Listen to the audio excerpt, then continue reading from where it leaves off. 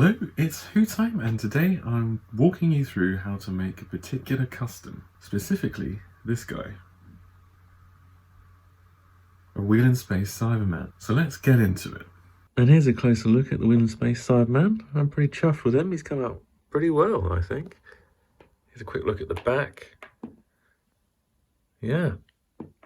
So, first and foremost, you'll need two other figures to make this one. An Invasion Cyberman and a Tomb Cyberman. Then you'll also need these tools.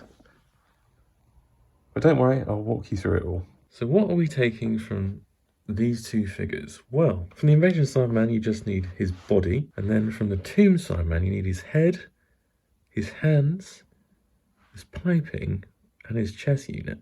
So first things first, you need to grab this guy, the Invasion Cyberman, and pop him in some boiling water. This is when we use the boil and pop technique, as I like to call it. So bring your kettle to boil, pop him in a container, chuck in the hot water.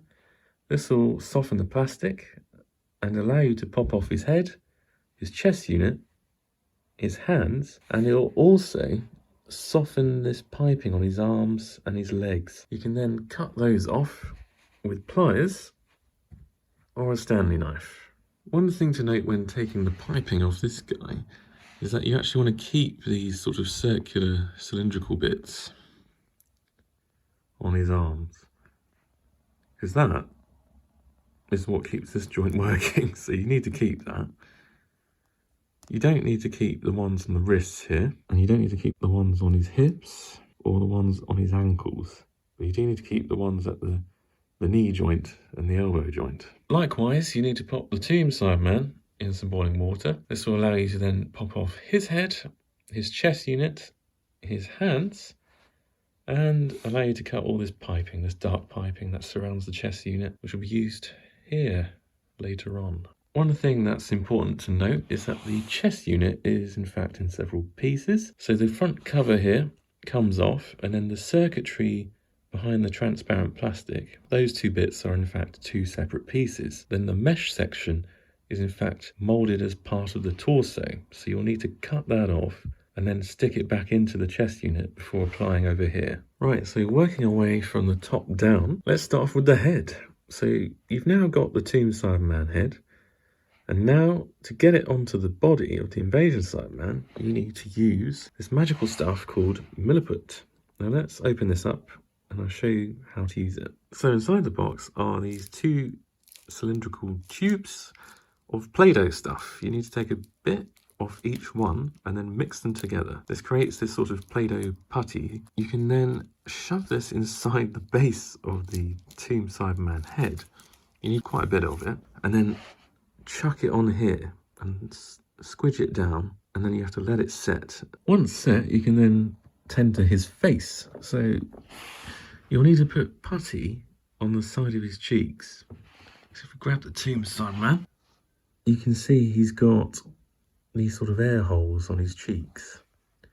You'll need to put the putty in there and smooth that over to get rid of those. Next, you'll need a small handheld manual drill to tackle the teardrops in the eyes and the mouth. So I've got one from Games Workshop.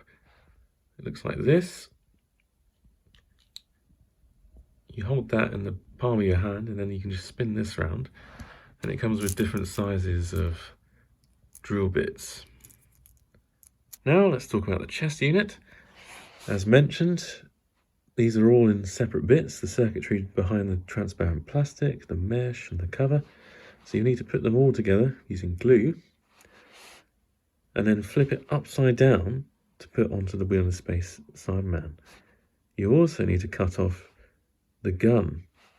If you're wondering what glue to use, you can just use any super glue really, but I like to use this thing called contact adhesive. It works a treat, it instantly works, and you can get it in a tube, you don't have to get it as a massive tub. Moving on to the hands, when you take these off the Tomb and Invasion Cybermen, you'll notice that they're not plugged on the same way. You'll notice that the pegs are actually attached to the arms on here, and on the Tomb one you've got the pegs on the actual hands. So to get round this, you had to cut off the pegs on the arms of the Invasion Cyberman body and then drill holes into the arms using this bad boy once again from Games Workshop. And then these hands will just plug in. Then you'll notice that there are these sort of thimble things that go on the fingertips of the Wheel and Space Cybermen.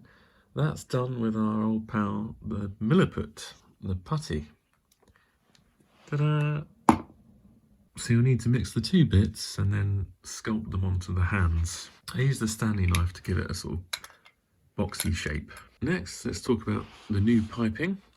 You can see on his legs here and on the side of his arms. This is all done with something you can find easily at home, and it's called the Paperclip. I literally just cut off the straight bits on either side and then stuck them on with glue. And then after that, I used the Milliput Putty to create these box shapes on his kneecaps and on his shoulders. And then the last bit of other piping, the bits that you cut off from here, from the Tomb Cyberman, like this, you then glue up on his shoulders from the boxes that you've created and tuck them behind the chest unit. You also then create a little curvy one down here as well. And that's all your piping. One of the last things you need to do is fill in any gaps with putty. So there might be bits on the arms. The circular bits in the hips you don't need, so you can take those out and then put putty in there and paint over. Same for the ankle. Pop in some putty there as well. And that'll just smooth out any holes. I haven't done these holes in the arms, it's a bit tricky. But if you're feeling lucky, you can try and do those. I've kept these on the elbows, pretty much the same as they were on the original Invasion. You could turn these into boxes as well, but I can't be bothered really.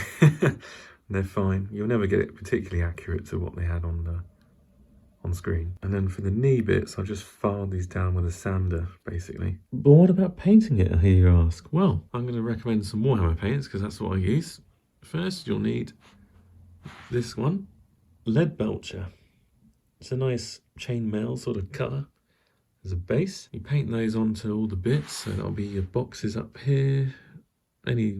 Basically you have to paint the arms and the legs.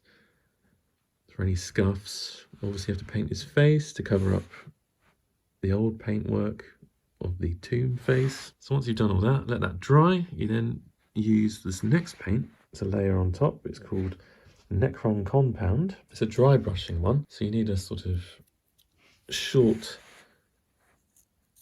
flaky brush like this, which you then dry brush over the top. So after painting it, there's one last thing you can do. It's not essential, but is use some wash just to accentuate these darker bits and these detailing on the diving suit and his shoes. The one I use is called Null Oil, but you don't have to do that, it's just a little thing. So if you followed my instructions, you should be left with all these bits. I'll show the picture on screen. I actually sold all these bits for £10 on eBay, which is not bad.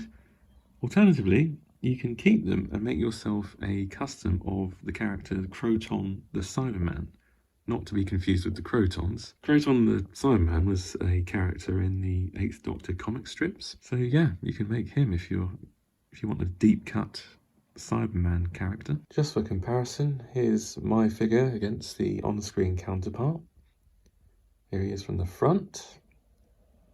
I think he looks pretty damn good. And then this is him from the side. And there you go. I'm very happy with this guy. If you want me to do more custom figure videos, let me know in the comments below. Also, don't forget to like, subscribe, and click on that bell for notifications. You can also follow me on Twitter. My Twitter handle is @WhoTimeUK. Cheers guys, see you in the next video.